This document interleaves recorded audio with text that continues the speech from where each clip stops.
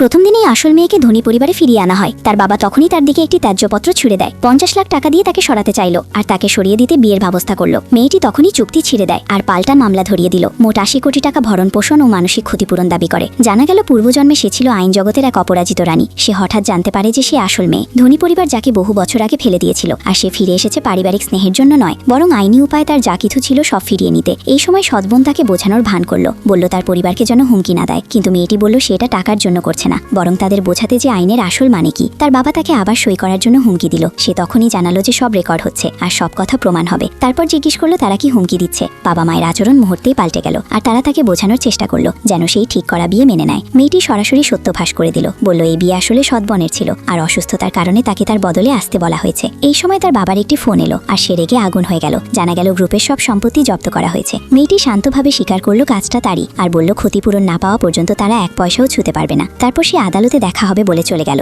ধনী পরিবারটি একজন সেরা আইনজীবী নিয়োগ করলো। আইনজীবী অভ্যন্তরীণ মীমাংসার প্রস্তাব দিল, কিন্তু তার বাবা দাবি করলো যে সে দোষ স্বীকার করুক। মেয়েটি তার পালক বাবা মায়ের বাড়িতে ফিরে গেল। অল্প কিছুক্ষণ পরেই অন্য পক্ষ একজন আইনজীবী নিয়ে দরজা এলো। তারা ক্ষতিপূরণ 5 কোটি টাকা পর্যন্ত বাড়ালো আর একটি ভিলাও প্রস্তাব করলো যাতে সে মামলা তুলে নেয়। সৎবোনটি করুণার ভান করলো আর দোষ স্বীকার করলো। মেয়েটি তার অভিনয় তখনই ফাঁস করে দিল। আইনজীবী হুমকি দিল যে সে জেলে যেতে পারে। মেয়েটি জিজ্ঞেস করলো আইনজীবী কত বছরের অভিজ্ঞ আর সরাসরি পরিত্যাগের অপরাধের কথা উল্লেখ করে যে তাকে প্রচন্ড ঠান্ডায় ডাস্টবিনে ফেলে দেওয়া হয়েছিল আর সে প্রায় মরতে বসেছিল। সে তখন একটি রেকর্ডিং শোনালো বাবা আবার ক্ষতি করছে তার প্রমাণ হিসেবে। আইনজীবী বুঝলো মামলাটা ইতিমধ্যেই হেরে গেছে। মেয়েটি আবার বলল যে 80 কোটি টাকা ইতিমধ্যেই ছাড় দেওয়া হয়েছে গ্রুপের আয় অনুযায়ী হিসাব করে। সে আরও মামলা করার পরিকল্পনা করলো, সৎবোনকে দায়ী করতে তার পরিচয় ব্যবহার করে প্রায় 1000 কোটি টাকা লাভ করার জন্য। ধনী পরিবারটি পুরোপুরি পাগল হয়ে গেল আর জনসমক্ষে তার সম্মানহানি করলো। পথচারীরা সবাই তাকে অকৃতজ্ঞ বলে দোষারোপ করলো। কিছু লোক এমনকি ঝামেলা করতে এলো। তার পালক মা ধাক্কায় অজ্ঞান হয়ে গেল। তার ভাই লোক নিয়ে তাদের মোকাবেলা করতে এলো, কিন্তু তার পালক বাবা গুরুত্বপূর্ণ প্রমাণ জোগাড় করলো। মেয়েটি পুরোপুরি ক্ষিপ্ত হয়ে গেল